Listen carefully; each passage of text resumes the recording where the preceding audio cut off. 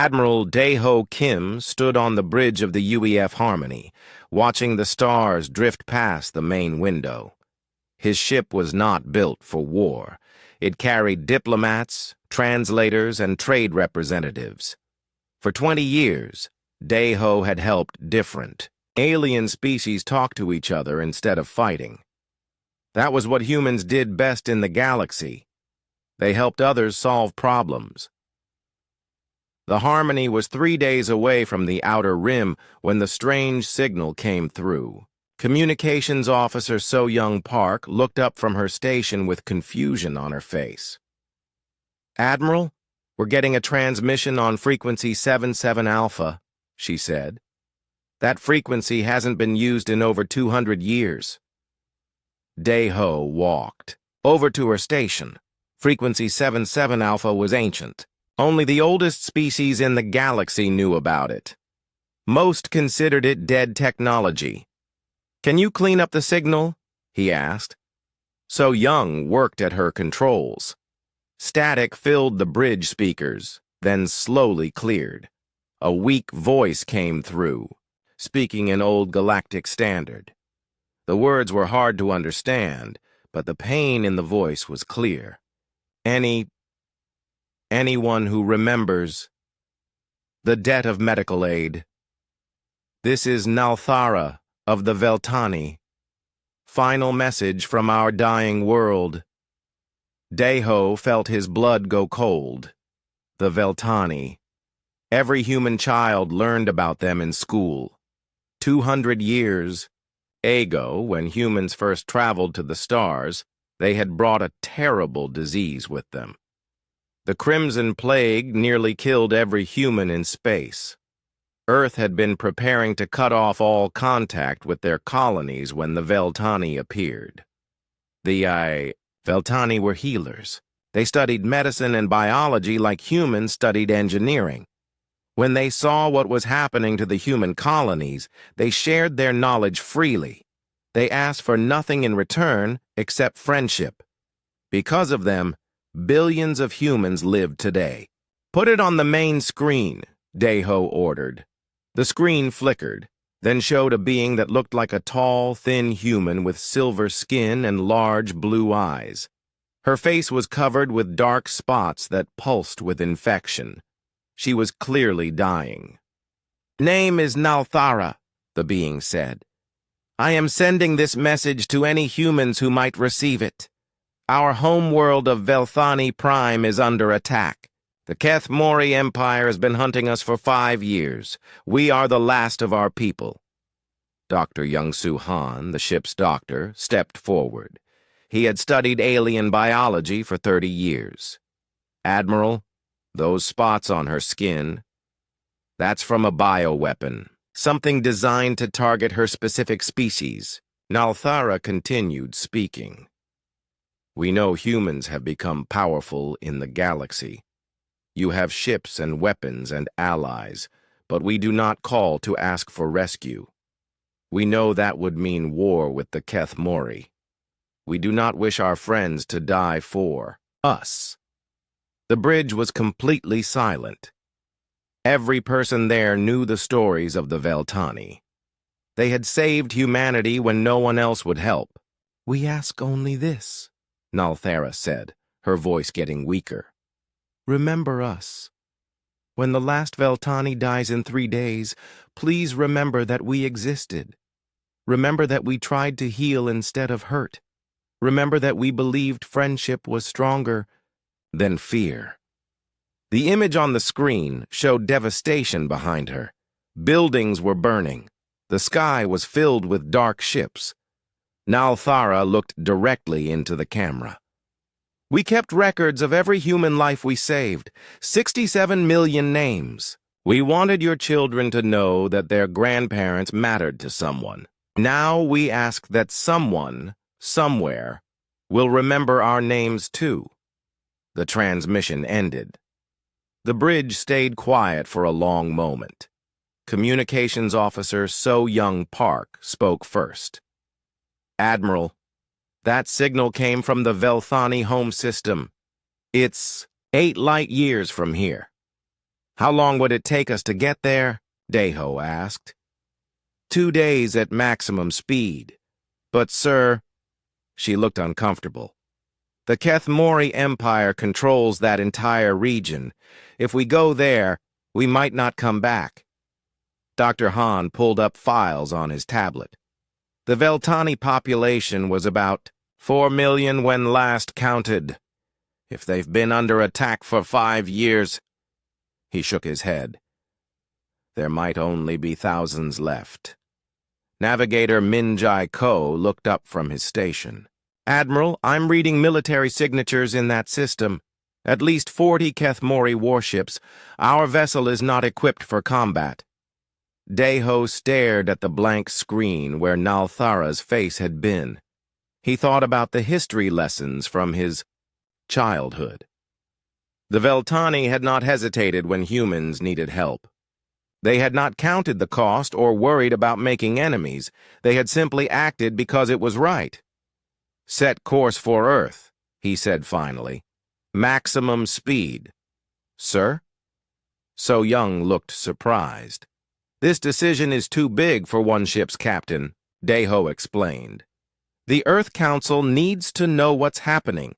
They need to decide what humanity will do. As the Harmony changed course, Deho thought about Nalthara's words. She had not asked for rescue. She had not demanded that humans repay their debt. She had only asked to be remembered. But Deho knew something that maybe Nalthara did not. Humans did not just remember their friends.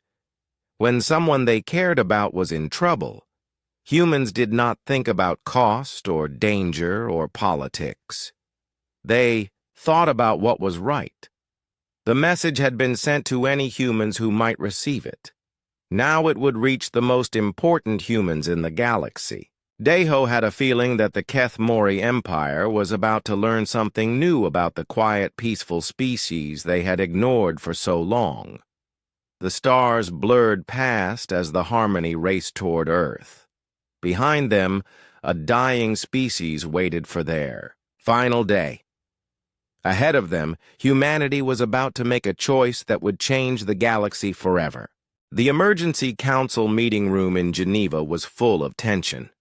President Minho Lee sat at the head of the long table, watching the holographic display that showed Nalthara's final message. Around the table sat the most powerful humans in the galaxy: military leaders, scientists, diplomats, and politicians. The message finished playing. The room stayed quiet for several seconds. "How reliable is this information?" asked General Haye-Jin Choi, the Supreme Commander of Human Military Forces. She was a tall woman with gray hair and sharp eyes that missed nothing. Admiral Dae-Ho Kim, who had arrived on Earth just 6 hours earlier, stood to answer. The transmission came on the old emergency frequency. Only the Veltani knew our specific encryption codes for that channel. The medical data Dr. Park analyzed confirms the bioweapon signature. This is real. Director Yuri Song of the Historical. Archives pulled up files on her tablet. I've been reviewing our records since the Admiral's ship arrived. The debt we owe the Veltani is significant. They didn't just help us with the Crimson Plague. They shared medical technology that forms the basis of our current healthcare system. Population projections show that without their intervention, human space colonies would have failed completely. President Lee nodded slowly. How many human lives do we estimate they saved? Direct medical intervention saved 67 million. But when you count the children and grandchildren who were born because those people lived, Yuri paused. Nearly half of humanity's current population exists because of Veltani aid. The weight of that number settled over the room. 3 billion people alive today because an alien species had chosen to help. General Choi leaned forward. The strategic situation is clear. The Kethmori Empire controls 47 star systems. They have over 800 warships. Our official military consists of 12 patrol vessels and 36 defense platforms around our core worlds. We are not equipped for a war with a major galactic power. Captain Wu Jin Han of Special Operations stood up. He was younger than most people in the room, but everyone knew his reputation. Permission to speak freely? President Lee nodded. My great-grandmother was on colony ship Busan when the Crimson Plague hit, Wu Jin said. She was 8 years old. The Veltani doctors worked for 3 days straight to save her and 40,000 other people on that ship. They didn't ask for payment. They didn't ask for trade agreements. They didn't even ask for our friendship. They helped because people were dying. He looked around the room. Now they're dying, and they're not even asking us to help. They just want to be remembered. What does that say about us if we let it happen? Foreign Minister Yoon Jung Kim spoke up. Captain Han, your feelings are understandable, but we have to think about 8 billion human lives.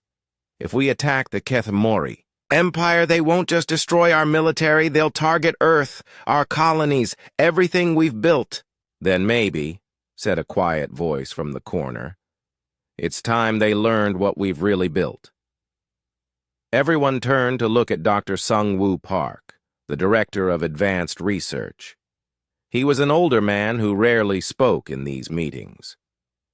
When he did, people listened. President Lee raised an eyebrow. Dr. Park?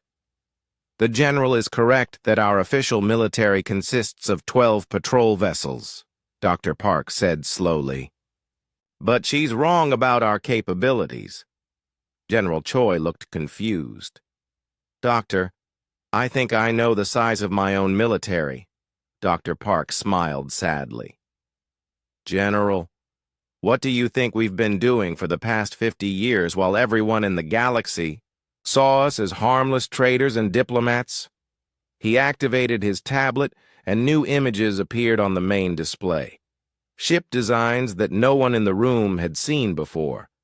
Weapon systems that looked decades ahead of anything currently in use. Project Peacekeeper, Dr. Park explained. Every cargo ship, every diplomatic vessel, every research station humanity has built in the past 30 years has been designed with hidden capabilities.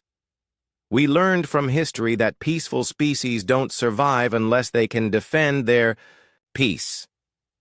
The room erupted in surprised voices. General Choi stood up quickly. Are you telling me that we have a secret military? Not secret. Hidden in plain sight. Dr. Park brought up more files. The cargo ship Horizon currently delivering medical supplies to Rigel Colony. It can reconfigure into a heavy destroyer in 47 minutes. The diplomatic vessel Friendship visiting the Centauri trade station. It carries enough firepower to level a city. The research platform studying gas giant atmospheres in the Vega system. It's actually a mobile weapons platform. President Lee stared at the display. How many ships are we talking about? 847 vessels capable of military conversion, each one crewed by people who know their real purpose. We've been preparing for the day when someone would threaten what we care about. Captain Han leaned forward excitedly. 800 ships? That's enough to match the Kethmori military. More than match, Dr. Park corrected. Our technology is 30 years ahead of anything the galactic powers have seen. We've had the advantage of being underestimated. No one watches harmless humans for military developments. General Choi looked stunned. Why wasn't I informed of this? Because the best way to keep a secret is to limit who knows it, President Lee said quietly. I authorized Project Peacekeeper 12 years ago when we learned about expanding aggressive empires in the Outer Rim. We hoped we'd never need it. Yuri Song pulled up historical files. There's something else the Council should know. The Veltani didn't just save us once. We've been in contact with them for 2 centuries. They've helped with medical emergencies 17 times. They've never asked for anything in return." The room fell silent again. Everyone understood the implications. President Lee looked around the table. "We need a decision. Do we reveal our capabilities and risk everything to save a species that never asked for rescue? Or do we stay hidden and let our oldest friends die?" Captain Han stood up again. "Mr. President, there's something else. The message said they kept records of every human life they saved, 67 million names. They cared enough about our people to remember every single one. How can we not care enough about them to try?" Foreign Minister Kim shook her head. "This is exactly the kind of emotional thinking that gets civilizations destroyed." "No," said General Choi, surprising everyone. "This is exactly the kind of thinking that makes civilizations worth saving." She had been reviewing Dr. Park's files on her tablet. "These ship modifications, this technology, we're not just talking about having a military, we're talking about having the most advanced military in the galaxy. If we're going to reveal this anyway, better to do it saving friends than waiting for enemies to force our hand." President Lee stood up. "All in favor of Operation Remembrance?" One by one, hands rose around the table. The vote was unanimous. As the meeting ended and people began planning humanity's first major military action, Captain Han thought about his great-grandmother's stories. She used to say that the Veltani doctors had glowing blue eyes that seemed to see right into your soul. She said they looked at every human like they were precious. Now it was humanity's turn to look at the Veltani the same way. Across 23 star systems, something strange began to happen. Ships that had been following normal trade routes suddenly changed direction. Diplomatic vessels that had been visiting alien worlds started heading toward empty space. Research stations that had been studying distant planets went dark and began moving. The galaxy noticed, but no one understood what they were seeing. On the bridge of the cargo vessel, New Busan, Captain Dong Hyun Ko gave orders that his crew had been waiting years to hear. "Begin peacekeeper conversion, all hands to battle stations." The ship's massive cargo holds opened, but instead of trade goods, weapon systems emerged. The peaceful hull plating slid away to reveal armor designed to stop energy blasts. The engine signature changed as hidden military-grade drives came online. In 37 minutes, the New Busan transformed from a harmless cargo ship into a heavy assault vessel. Captain Ko smiled as he watched his bridge crew work with smooth efficiency. Every person here knew this day might come. They had trained for it in secret for years. "Conversion complete," reported his weapons officer, Sujin Lim. "All systems show green. We're ready for combat." Similar scenes played out on hundreds of ships throughout human space. The galaxy's most peaceful species was revealing that they had been preparing for war all along. On the Keth Mori homeworld of Keth Prime, High Commander Vex Thor received reports that confused him. His intelligence officers stood before his command throne looking uncomfortable. "Explain this again," Vex Thor demanded. His voice was a low growl that made most beings tremble. The Keth Mori were a warrior species. Tall, powerful, with dark, gray skin and red eyes. They had conquered dozens of worlds through pure military might. "Sir, human vessels throughout the galaxy have begun moving toward our border systems," reported Intelligence Chief Mordak. "Our estimates show approximately 50 ships converging on 3 different points." Vex Thor laughed, a harsh sound that echoed through the command chamber. 50 ships?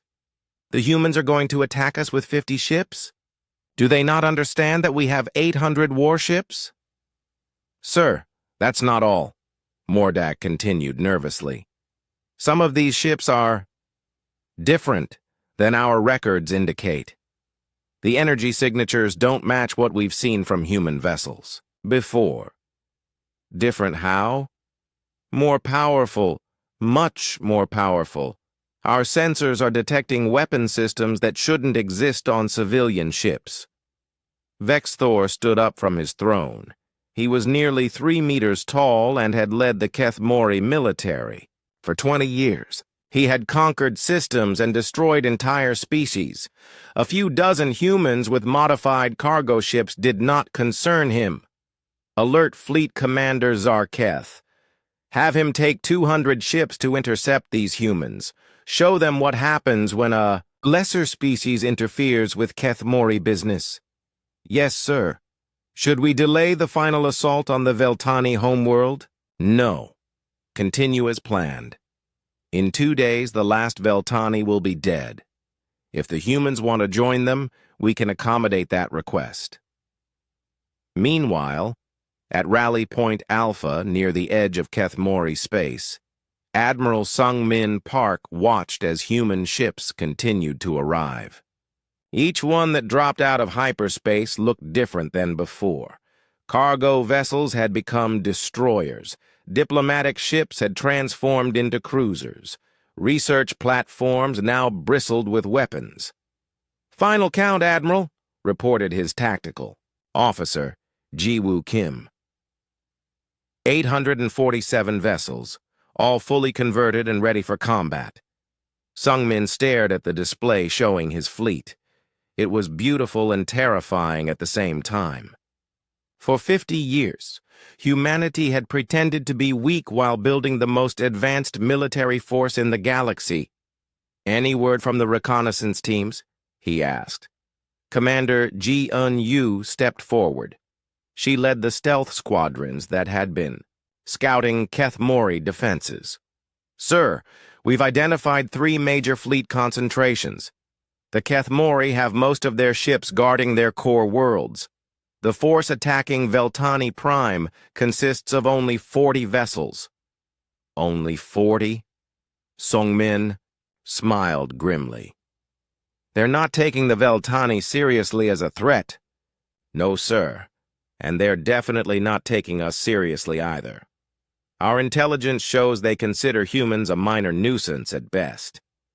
Sung-Min activated the fleet-wide communication system. His voice reached every human ship in the massive formation.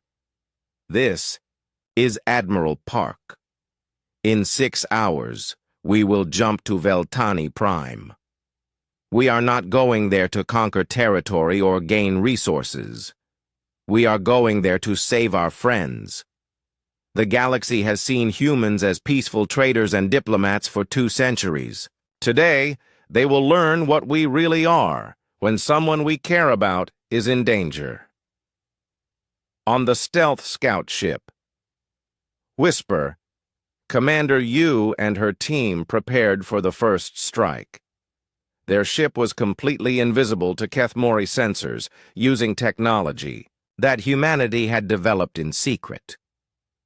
"Target the communication relays first," she instructed her weapons officer, Tae-Hyun An. "We want their outlying posts to go dark before they know what hit them." The Whisper and 5 other stealth ships jumped to hyperspace, heading for the Kethmori border stations. Their mission was to clear the way for the main fleet and make sure no warnings reached the ships attacking Veltani Prime. 3 hours later, Kethmori Border Station 7 simply disappeared from all communications.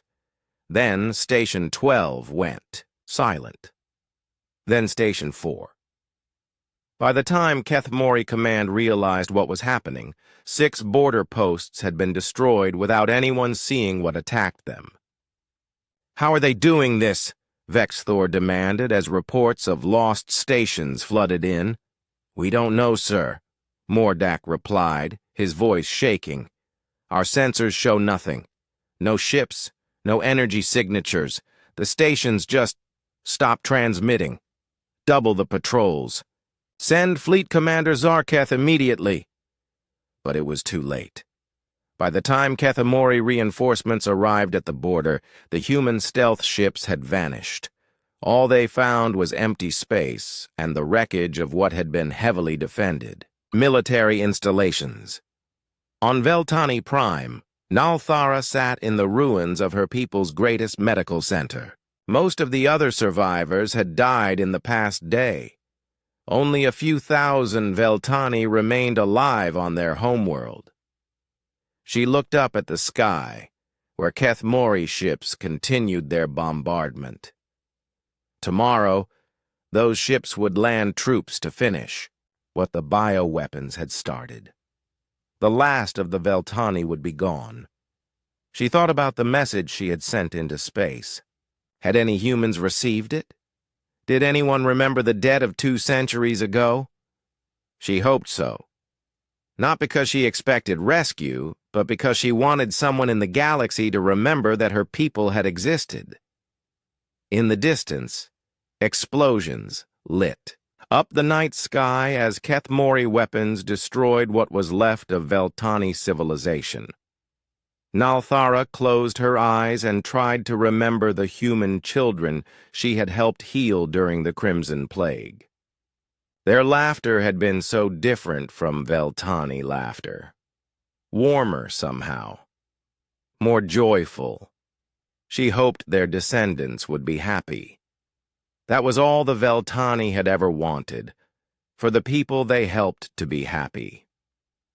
Far above, space began to fill with new energy signatures as 800 human warships prepared to drop out of hyperspace. The Kethmori ships around Veltani Prime had no idea that the galaxy's balance of power was about to change forever. The age of humanity hiding. Their strength was about to end. The first thing Kethmori Fleet Commander Zarketh noticed was the sound. When 800 human ships dropped out of hyperspace at once, the energy discharge created a harmonic that made the hull of his flagship vibrate. He had never heard anything like it.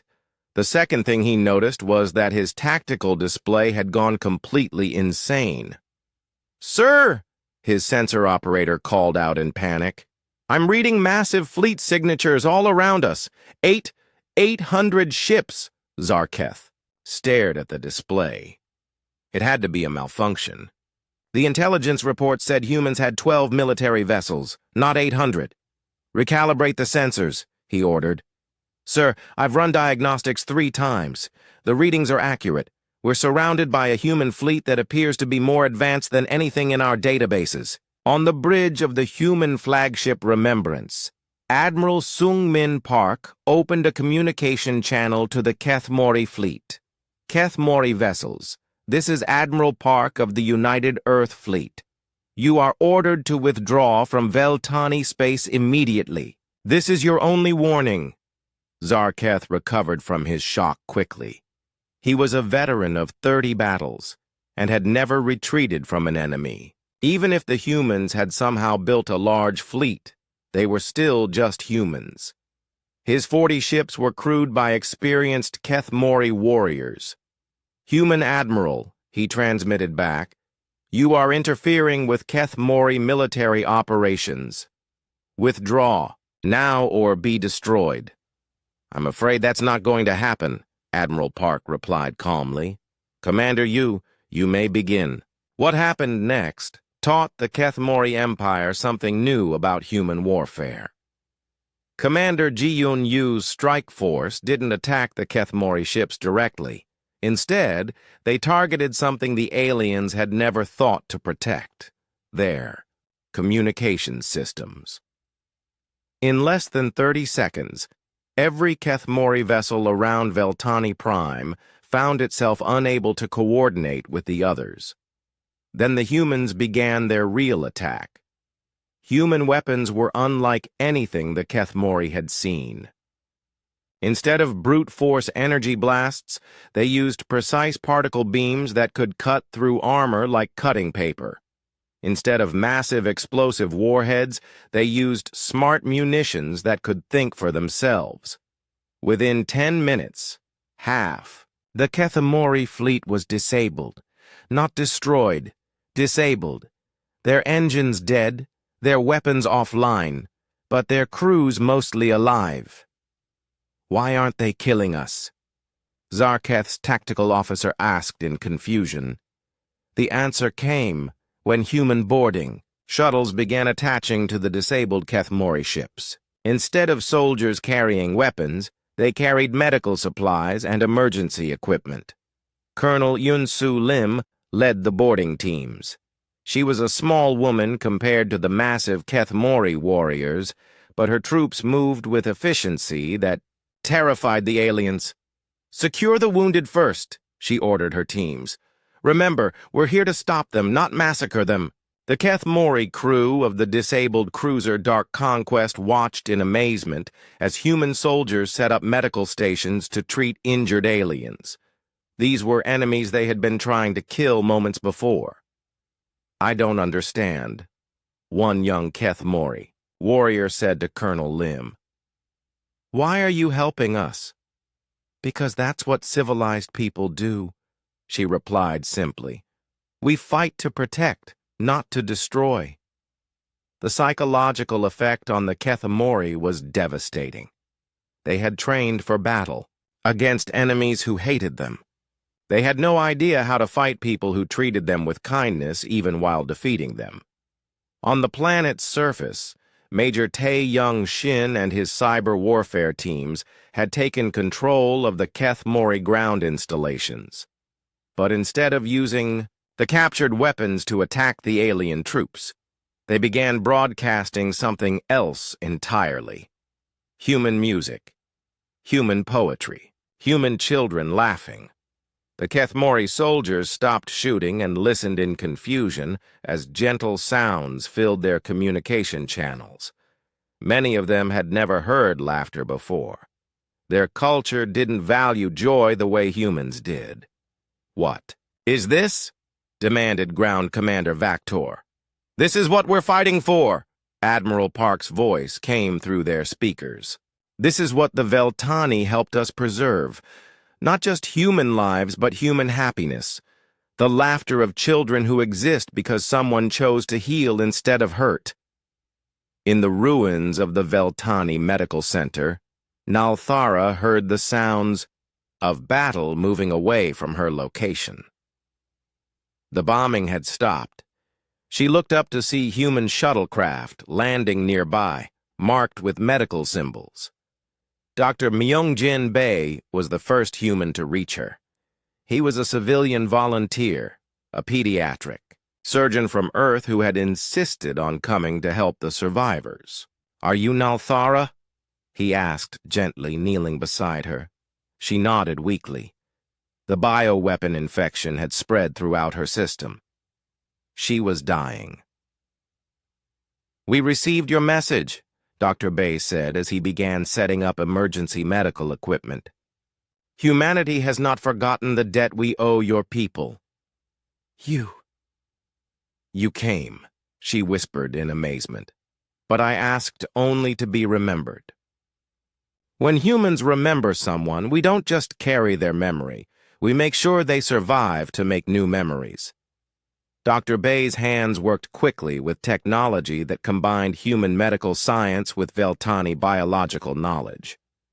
Around them, other human medical teams were spreading out across the planet, searching for survivors. In space, the battle was ending. The Kethemori fleet was either disabled or fleeing. Admiral Park opened communications to the retreating ships. "Fleet Commander, Zarketh, you will carry a message back to your High Command. The species you have been hunting is under human protection now. Any further attacks on the Veltani will be considered attacks on humanity."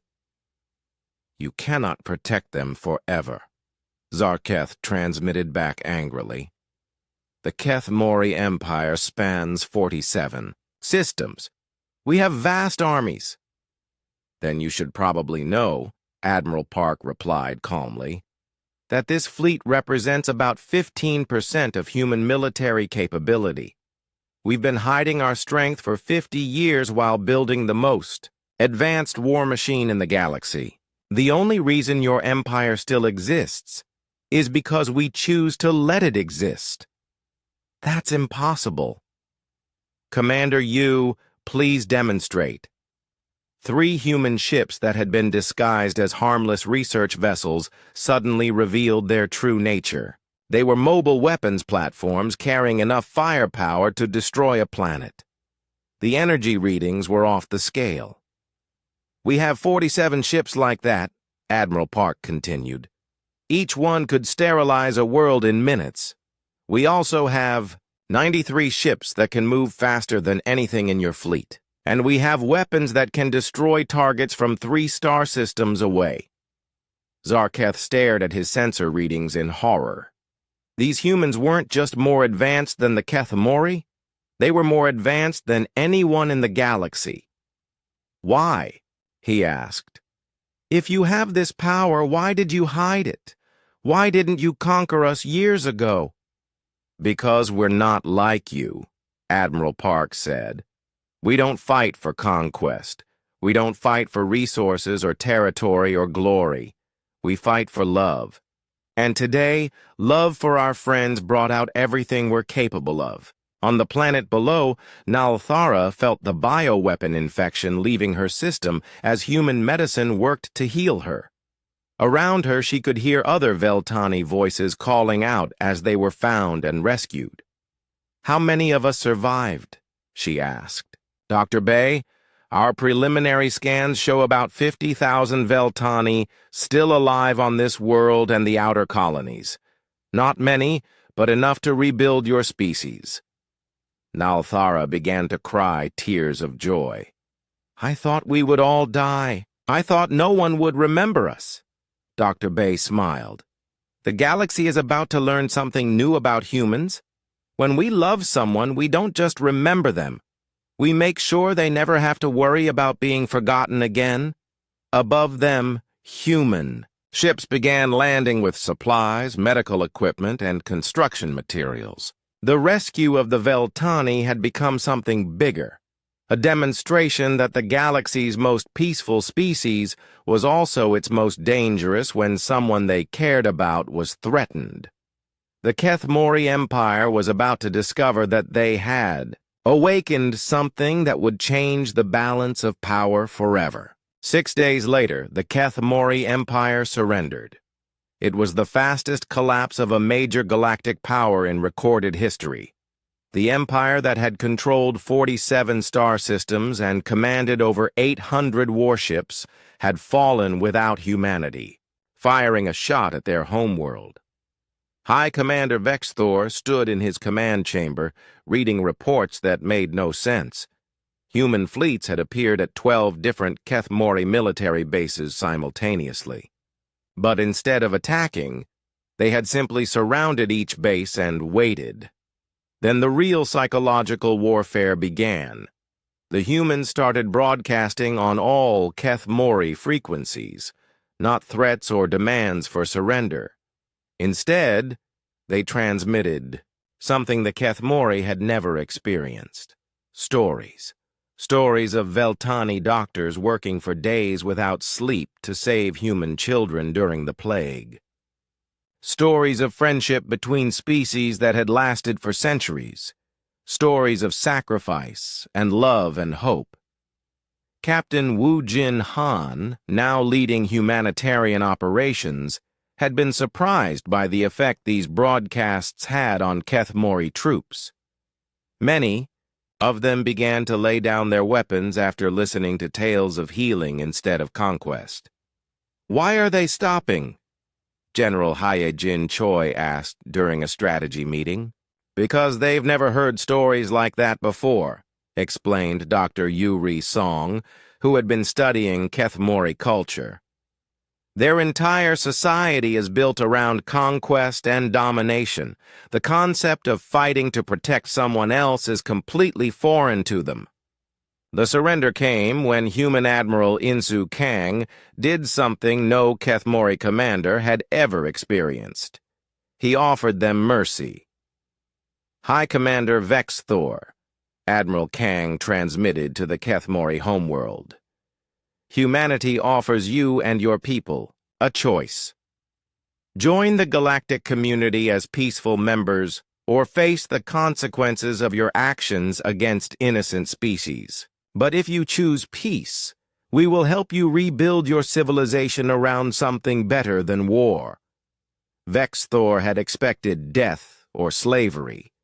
The offer of redemption broke something in the proud warrior that 30 years of conquest had not touched. On Veltani Prime, the reconstruction was proceeding faster than anyone had hoped. Human engineering teams worked alongside Veltani survivors to rebuild their cities.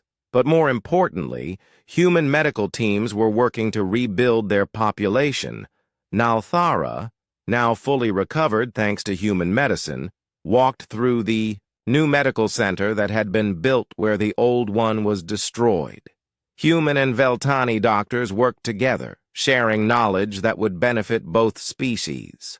"I still cannot believe you came," she said to Dr. Myungjin Bae, who had remained on Veltani Prime to coordinate medical relief efforts. "We had to," he replied simply. "Not because of debt or obligation, because that's what friends do for each other." The real surprise came when the rescue operation revealed something that even humanity hadn't expected. The Veltani had not been passive victims. During the 5 years of Kethmori attacks, they had been secretly evacuating their people to hidden colonies in distant systems. The 50,000 survivors on their homeworld were not the last Veltani. They were the guardians who had stayed behind to preserve their historical records and cultural artifacts. Nearly 2 million Veltani were still alive, scattered across a dozen hidden worlds. "Why didn't you tell us in your message?" Admiral Sungmin Park asked Nalthara. "Because we wanted to know if humanity would come to save 50,000 people," she explained. "Anyone might rescue 2 million. Only true friends would risk everything to save a few thousand." 3 months after the rescue, the Galactic Council convened its first emergency session in 50 years. Representatives from every major species gathered to address the sudden appearance of humanity as a military superpower. President Min-Ho Lee stood before the assembled aliens, no longer representing a minor trading species but the most advanced military force in the galaxy.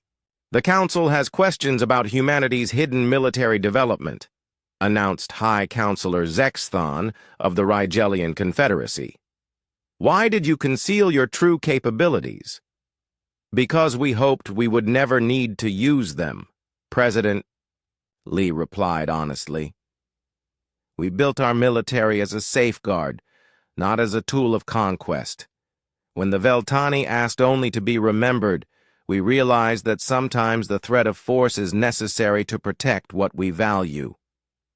"And what will you do with this military power now?"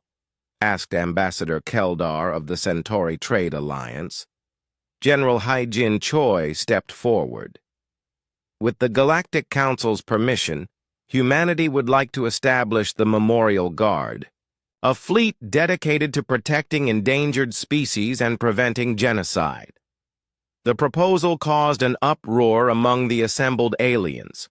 Several species objected to giving any one civilization that much power. "Who watches the Watchers?" demanded the representative from the Andromedan Empire. "What prevents humanity from using this memorial guard to enforce your will on others?" Nalthara, now representing the Veltani people, stood to address the council. Her voice carried clearly through the great chamber. "I would like to speak for humanity," she said. "For 5 years, my people faced extinction. We sent messages to dozens of species asking for help. Only humanity responded, and when they came, They didn't ask for territory or resources or political advantage. They asked only how they could help us heal. She looked around the chamber at the assembled aliens. Humanity has shown the galaxy what they do with power. They use it to protect those who cannot protect themselves. They fight not for conquest but for love. If anyone should guard the Guardians, it should be those who understand that true strength comes from caring about others. The vote was closer than expected, but it passed. The Memorial Guard was established with humanity providing the military force and the Galactic Council providing oversight. Admiral Insu Kang was named the first commander of the Memorial Guard. His flagship, renamed the Nalthara in honor of the Veltani who had trusted humanity to remember her people, became the symbol of a new era in galactic relations. On Earth, Captain Wu Jin Han visited his great-grandmother's grave. She had died the year before, but not before seeing news broadcasts of the Veltani rescue. "You would have been proud, grandmother," he said quietly. "The people you told me about, the ones with the blue eyes who saved you during the plague, we saved them back." The galaxy had learned something important about the quiet species that had been trading and mediating for 2 centuries. Humanity's greatest weapon was not their advanced technology or their hidden fleets. It was their capacity to care about others as much as they cared about themselves. In the Outer Rim, former Keth Mori worlds were learning new ways to live. Human teachers worked with alien students, showing them that strength could be used to build rather than destroy. It would take generations to change a culture built on conquest, but the process had begun. And in the Veltani system, children played in gardens that grew where battlefields had been. Human and Veltani children together, learning each other's languages and sharing each other's games. Nalthara watched them play and remembered her final message to humanity. She had asked only to be remembered. Instead, humanity had given her people something far more precious: a future. The galaxy was a different place now.